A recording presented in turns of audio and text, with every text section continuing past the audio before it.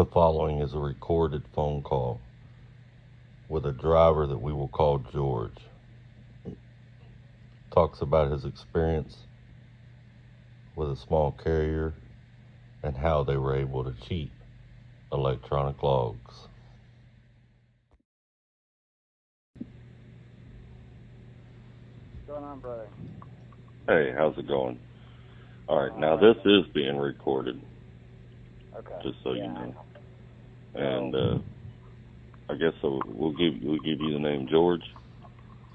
Sure. I'll call you George. That'll work. Now, from what I understand, you worked for a while for a carrier that had figured out and pretty much mastered the art of running 2 log books on today's ELD system. So I'm gonna tell you about that. And first of all, I wouldn't say they completely mastered it. However, they gave the ability to essentially do it to a way where theoretically one could get away with it. Mm-hmm. So small company.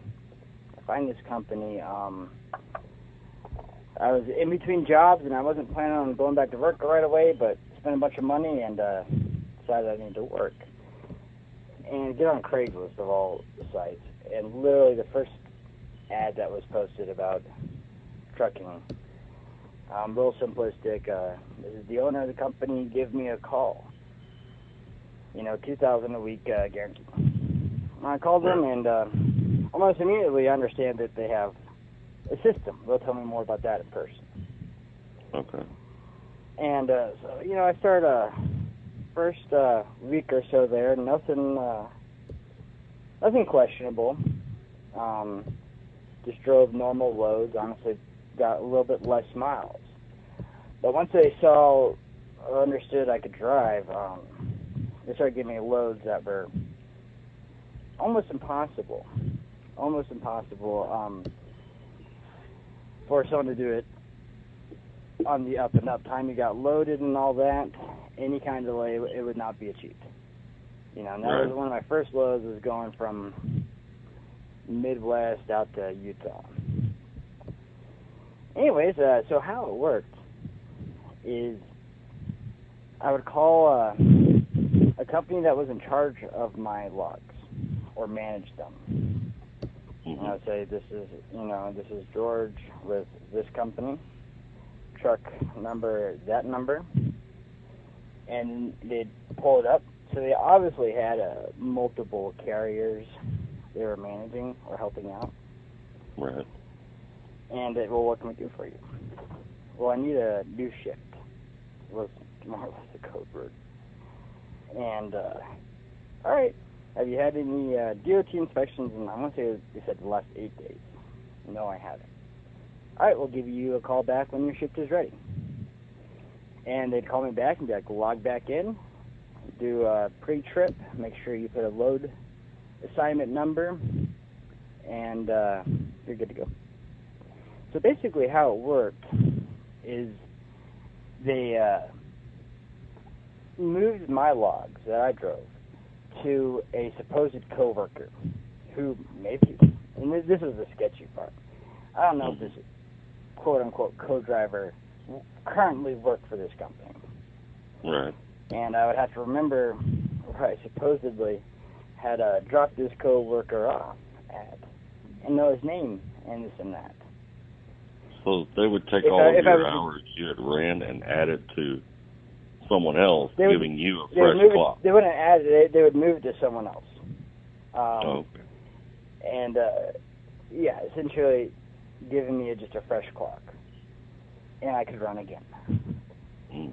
And of course, this is incredibly dumb. And in my situation, I didn't want to drive very long. But it gave me the opportunity to make a little bit more money. Right. However, honestly, it wasn't really worth it. However, it did take, if you weren't worried about your 14. You had so much less stress about your clock. Right. And you could just not be worried you're not going to make it on time. And most loads they gave me were always manageable. You know, occasionally I'd have to drive a couple extra hours. And I could do it. You know, I see weather's coming up across I-80. I'm able to drive a little bit further, get on the other side of it when it hits the next day.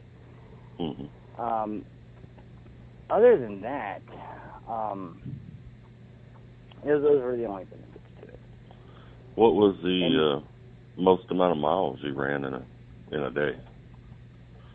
Like in one shift between getting up, starting, and going to sleep again.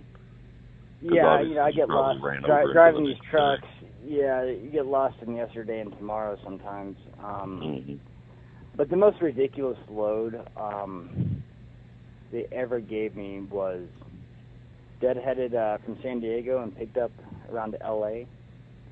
and then delivered in Chicago. And I didn't do the math on this until I got outside of California. But what this load would require from the moment I picked it up was a average moving speed of, I want to say, like 58 miles an hour. For time it picked up, time it has to deliver. It literally cannot stop moving. And that was in the neighborhood of 2,000 miles. However, I made it to Joplin, Missouri, and I was like, you know what, this ain't worth it. I'm tired. I feel unsafe, and called it quits. You know, screw them. They can figure it out. Right. And that's one thing the company was beneficial about. They, if I told them no, there's not much they could do about it, and they knew that.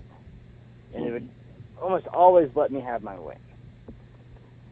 But on the average days were easily in the neighborhood of maybe 800 miles.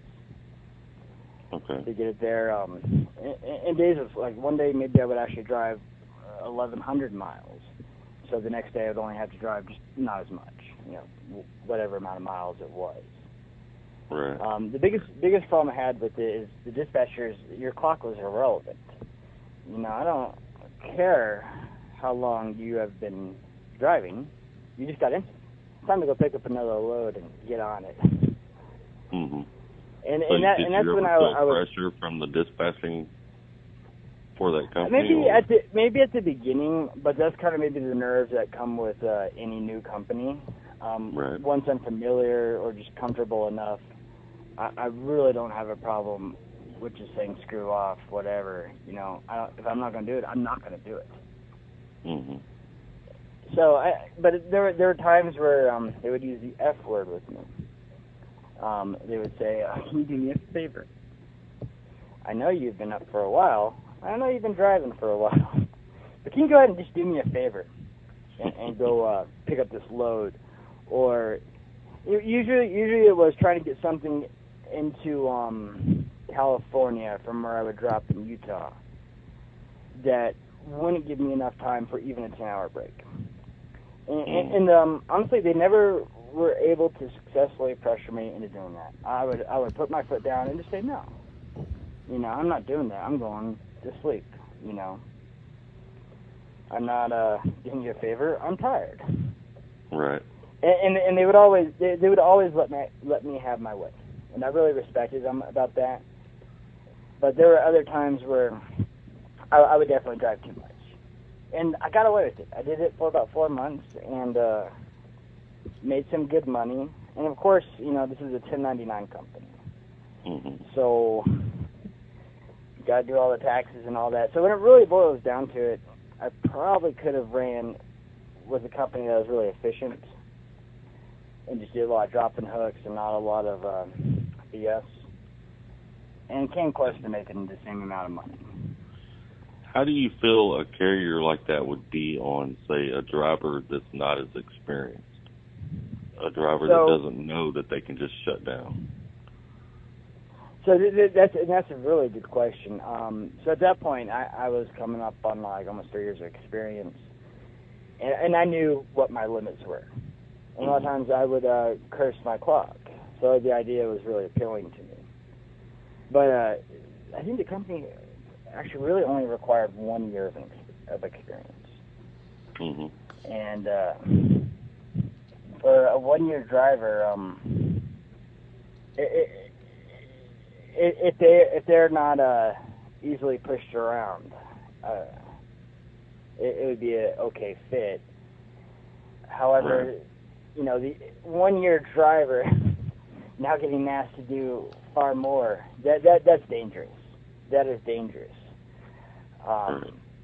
However, I never once, if I felt tired, I would pull over. I just had the mindset and the energy to go above and beyond sometimes. Right. Well, you know, under FMCSA, we have the right to stop the truck at any point in time we feel unsafe, and the company cannot do anything about it. But some drivers may either not remember that, or maybe they're just too fresh, or maybe they want to impress the company, so they may push themselves too far, and that's where a company like that could become pretty dangerous in the wrong situation. You know, with the wrong person behind the wheel. And I will say that the company kind of built up to driving, built up with me to get to the point where I was driving as many miles as I did. Maybe a little bit more rapidly than you expect, but they quickly realized I could do it. But yeah, no, I think that would be the biggest problem is a driver that doesn't know to set his limits. Shut down. Set their limits and knows that they can really not necessarily demand whatever they want, but they can say no because of the T word. I am tired. Right. Or this or that. So I mean, and that's generally how I function with that company. Granted, there were times where I wouldn't say I was unsafe, but I was getting on to being tired, and enough was enough. And that's when I would, stop and just, screw them. They can reschedule this or do whatever they need to do. And basically, I think their dispatch was on commission, and what they were trying to essentially do were book loads that would be more suited for a team. And then sometimes, they would give me a delivery, like this is when it delivers, but we're gonna see about that. They would call the broker or whoever, schedule an earlier delivery. You get paid even more. Right. And so my biggest fear, like, as far as like day to day, was essentially just getting pulled over and getting whatever level of inspection where they're gonna look at my logs. Right. And they're gonna be like, so who's this person? No. Right. I'd have to explain to that, and I would keep my truck very clean. The top bunk had a mattress on it. I even put sheets on it, so it looked like there could essentially, theoretically, be another person there. I mean, if you're doing this with one bunk, I mean, it'd be kind of dumb. One of the jokes I think I had with you was if I got pulled over and asked, well, where's your co-driver? I would say, well, we broke up. See, you would have to essentially make sure that you stop somewhere to swap your logs where it would be ideal that a DOT officer would believe you could have dropped somebody off there. Yeah, where it would make sense. And I would generally try to do that. However, not every time it happened. And this is the kind of part where I didn't understand how they really completely rebooked the logs. But, so I called on, let's say, Monday, got new logs, and let's say I called on Wednesday. They would rewrite the logs where the co-driver never actually got off the truck. And I'm not entirely sure how they did that, because my first question when I heard about this system was, well, can't you only do that once every 8 days? And they rework it somehow. To make was it sure always never the got off same the truck. name, or was it different names? Or it was always the same name. And the call center I would call, which is in India, they actually once sent me the very first time I called, they sent me the name. And that was going to be my co-driver moving forward. And as far as I know, it was always that name. Right. But so something I've always wondered is, and you may have saw, I did a video about this about a month ago, is identity theft within our industry from us having to give all of our information out at a lot of these shippers and receivers. And I kind of wonder if maybe that isn't something that could be used by some of these carriers that are doing this. Right. And I 100% agree with you with that. Whenever I was leaving this company, I let them know I was leaving it. Mm-hmm. And I acted more upset about something I really was. I essentially just wanted to get out.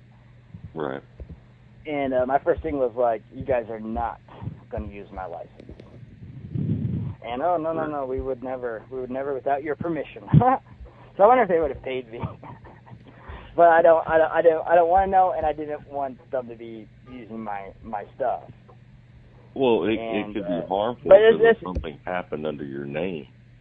Right. So I mean, and that's the yeah.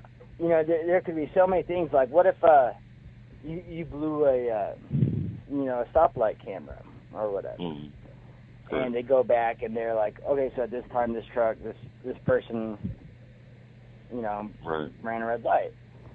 That's a big question, and that's where I was concerned about them if they were to continue to use my information.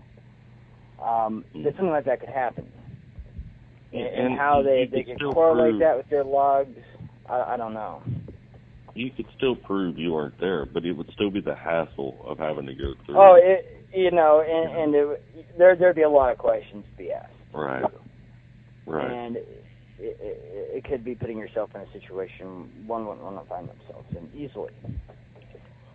So if you could do it all over again, would you work for that company again and do that way again?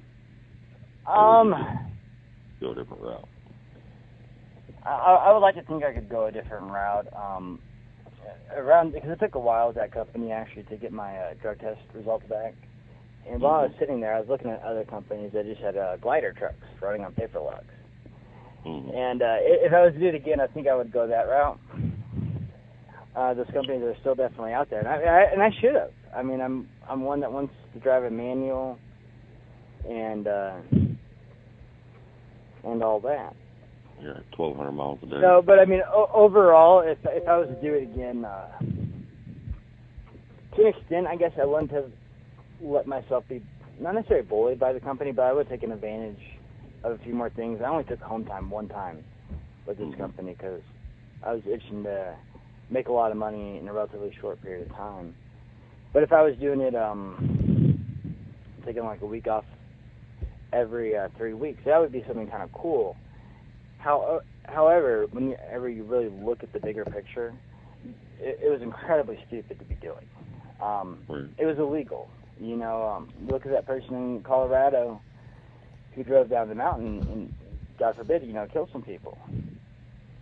Imagine the world of shit he would be in if he was doing what I was, essentially doing. Right. A full-blown investigation came out. And they and that could just be a fender bender. That could be anything. And that company, doing that would have a sense of paranoia around it. Even having worked there, I still had that sense of, I don't want to say fear, but in the back of my mind, one day this company's going to get audited. Maybe they might have questions for me. I don't recall if anyone asked. What about the other aspect of it? And the other aspect of it is companies like that make it harder on independents or owner-operators that are running legally. Right. They essentially mess the market up. Agreed. Yeah, no, I 100% agree with you on that. It's very valid point. I mean, it's not a company you should work for. However, if I was an owner-operator, that system could be very beneficial. Owner-operator probably wanted those loads. But if I was an owner-operator myself doing it again, I would like to think I'd figure out some silly way to be on paper logs. But that sets out its own red flag of, why are you on paper logs, bud? Well, we all want those loads, and we all want to run like that. We want to make that money until something happens, And then at that point, we don't want responsibility. It's not worth it. Exactly. Because I've been there and done that, and I don't want responsibility when something happens. right. for having done what I did, but it's Right. something that drivers do need to think about when they are working those types of jobs, that if something goes wrong and you get caught, there is a consequence that goes along Right. with what you're doing. Right. So, I mean, I guess the moral of this is don't cheat your logs. It is a crime. Yeah. But, I mean, and that even kind of goes for PC. PC is like a gray area. Yes, it is. Because I hear stuff happening on that. They never wrote the law fully clear. And one time in Arkansas, I was PCing. I didn't even have a trailer. I was bobtailing.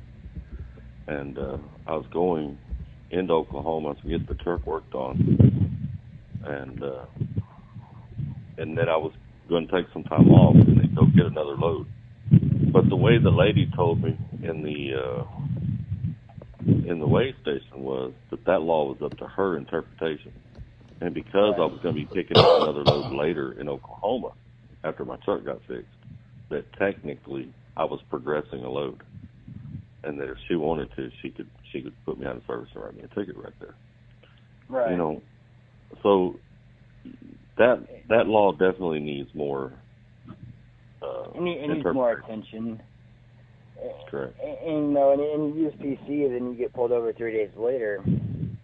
They don't know the situation or this or that. You're on a different load. Right. They could still, or a yard move that lasted 8 miles. Right. And I'll say another silly thing I would do when I worked for a mega carrier was I would edit yard moves to off duty to get more time on my 70. And the trick I would generally do with that is right before, so I don't know, is at the 8-day or 7-day mark, wherever the last day is about to drop off, I would go and just edit all my on-duty time to off-duty time. And then not certify it, wait for it to be midnight, and then go through all logs, recertify if I had to do anything like that. But it would kind of hide it. But again, that's silly and dumb. Regardless if you have the ability to or not, maybe not everyone does. Well, I guess that's just the law. Yeah. By doing that, I mean, how much time are you really gaining? 2-3 hours? Yeah. I mean, on a tight load, right. So, I mean, in reality, I could, transfer that to some dollar cents if I was essentially had that many more miles or hours to be able to drive. Right. But it was dumb. I'm not gonna lie. A lot of stuff was dumb. I mean, shouldn't be doing it. Well, ultimately, I can maybe say that a little bit more now.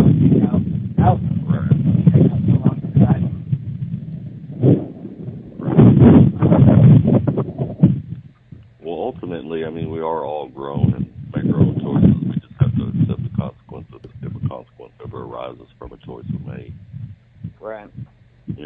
And that's all it really comes down to. As long as we're willing to accept the consequence of it, then it's just fine.